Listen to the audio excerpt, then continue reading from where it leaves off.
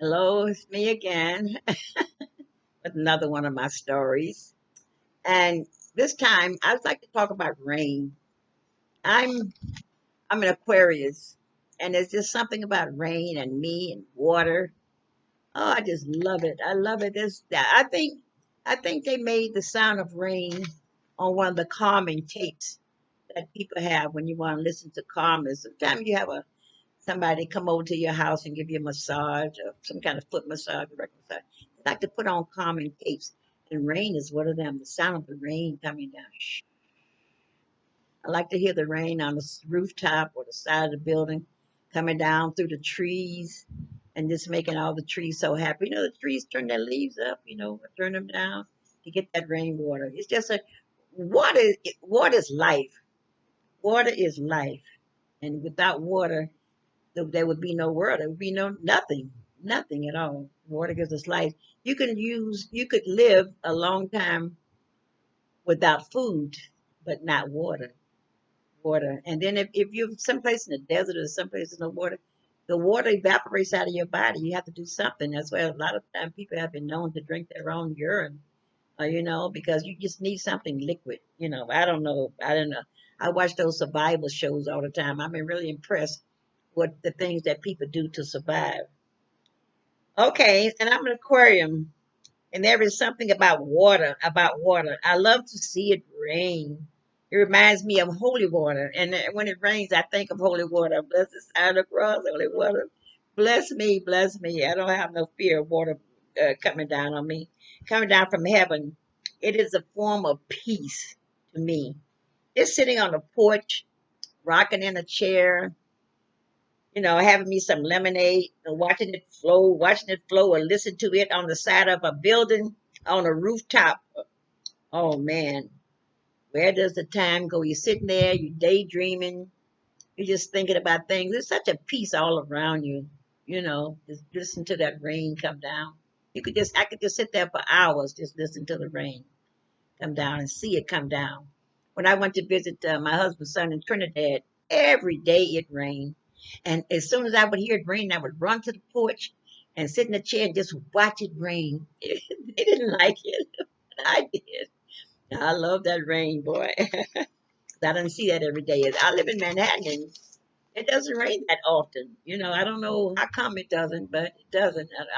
Sometimes I wonder how come the plants stay as healthy as they stay without so much rain. Because if you go to a rainforest or a place that it rains a lot, like we went to Belize and some of those places in Central America, boy, the vegetation was so healthy looking. So anytime because it rains so much, it rains so much all the time. It rains a lot. It used to rain a lot in Florida too.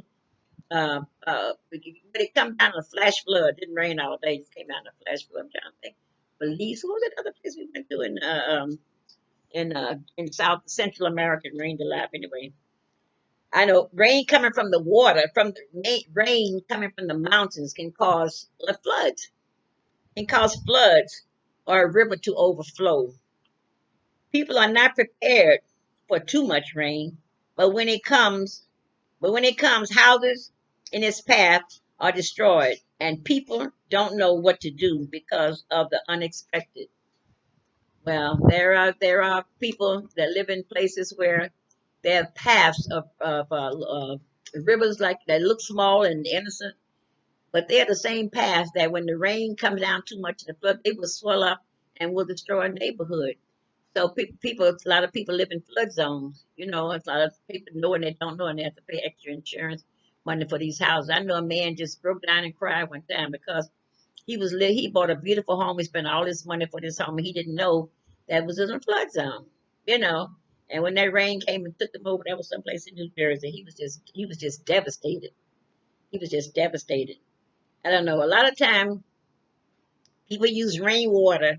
If you're in a place where there's not you're not near a beach or a spring or a lake or someplace where there's water, people use rainwater, catch rainwaters in tubs to do everything with. And in Bermuda, as a matter of fact, in Bermuda, they have something like I don't know what you call them, but the water comes onto a roof and it slides down, into some kind of a basement and catches, and people save that. because it doesn't rain too much there. But people in the South where I was from, people used to catch water, rainwater in big old tin tubs and on their front porch. And with these tin tubs, they use it for washing clothes and taking a bath, cooking, you know, doing whatever they need to do, washing the dishes or what have you. And some people, when they had rain and they put the water in the tub, when it was time to take a bath, the man was first. I don't know the man. I guess this is a man's world, like James Brown said, but it would be nothing without a woman. But anyway, the man was first, then the woman, then the children, and then the baby was last. They say don't throw the baby out with the rainwater. It used to be a saying like that. But at that time, that water was muddy and dirty. But people used to do that, a long time ago. A lot of people don't have running water. I remember when we were young, we didn't have running water. We had like a pump, like a water like a pump. I guess we pump water up. We pump water up to I guess from a spring way down in the ground, someplace like that. I don't know, but the water was cool and it was fresh. It's very good water. We didn't have chlorine water. It was one thing we didn't have to worry about was chlorine water, which people today have. I don't know where that water come from. Some people say it's from sanitation. I mean, it's like it's recycled water. I don't know, but I do know it has a lot of chlorine in it. They have a way of filtering the water. Water naturally is filtered through rocks and trees as it's flowing over things. It has a way of cleansing itself when it's coming down from the mountain. Now, I don't know how the water is from the sanitation. I really don't know what purifies the water here. All I do know is there is chlorine in water, and when you go swimming, sometimes you go to these beautiful hotels and everything. The water has so much chlorine in it that you can even burn your eyes sometimes just walking in the room. I'm quite sure these things are not healthy for you, but I'm just not used to that. If you go swimming in the sea, it's good because the sea doesn't have chlorine water, but it has other thing in there. I mean, they have sharks. I was just looking at the shark show the other day, and I said, "Oh my God, I love to swim in the sea because the sea, by having salt in it, it helps hold you up. It's hard to drown. The salt water helps hold you up. Like if you swim in like the lake doesn't have the salt, and so it's easy to drown in there. You really have to be a good swimmer. But if you're swimming in the water with that salt, the sea, ocean, the water can help hold you up. You can just lay there and just float on top of it, just like a leaf, just floating up there, just floating up there. One time I was in where I was on the islands or someplace. I was on this cruise ship and we went to a Margarita Island. We were going to go to Venezuela. We was on this cruise. We were going to go to Venezuela, but that was Chavez was in control then. But there was a coup going on, so the ship had to turn around. We couldn't go there. The Americans were attacking them, and Chavez had found out about it, and so he was prepared for them, and he beat the Americans back. That's what I was told. I don't know. So some people say allegedly. I don't know if it's allegedly, but I was on the cruise ship, and I know the cruise ship turned around. So we had to find someplace else to go. So they went to Margarita Island. It was another island on the top of the mountain somewhere. When I first got there, I saw this huge snake. It was in this cage, like, a dome, and then this rooster was in there too. I said, why don't the snake eat the rooster? I couldn't imagine them, but the snake was watching the rooster, and the rooster was watching the snake. Like they had a respect for each other. Nobody would make a move. But anyway, my husband was sitting there watching them, and I decided to go. I'm gonna go. The water looked so inviting.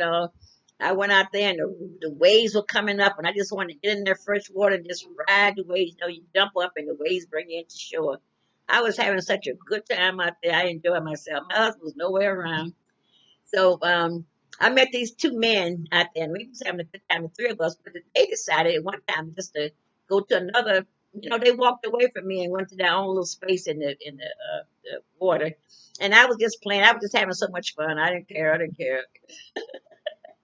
So, but when I got tired, I was trying to come off the beach. But the water didn't want me to come off the beach. That was a riptide, and I didn't know about the riptide. I didn't know. I'm not even a swimmer. I can do a little dog pedal or something like that, but I'm not really a swimmer. So every time I would try to walk off the beach, the big waves would come and grab me right back, and I would fall down on the sand in the water. I said, "Well, I tried this about 4 or 5 times, and I started to panic. Wait a minute, wait, something is wrong. This thing won't let me off the beach." you know. So I saw the two men that had gone down a little bit further from me. They were getting ready to come off the beach. I said, help, help. At first, they thought I was playing, waving my arm. They thought I was playing. They didn't know I was serious.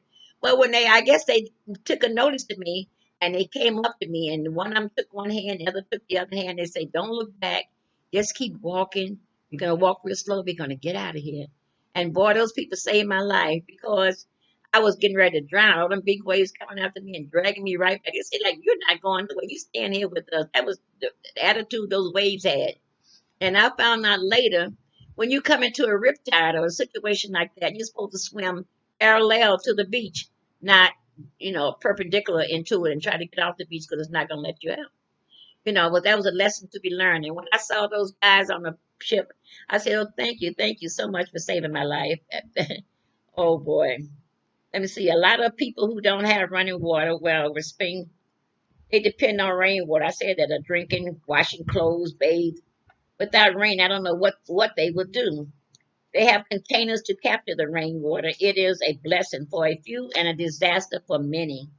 The animals and plants are very happy for the rain because it is life source. You can live without food, but you cannot live without water for too long. So we have to know this. Lord have mercy. Thank God for the rain. Thank God for the water. Thank God for life. Thanks for listening. Bye. See ya. See ya.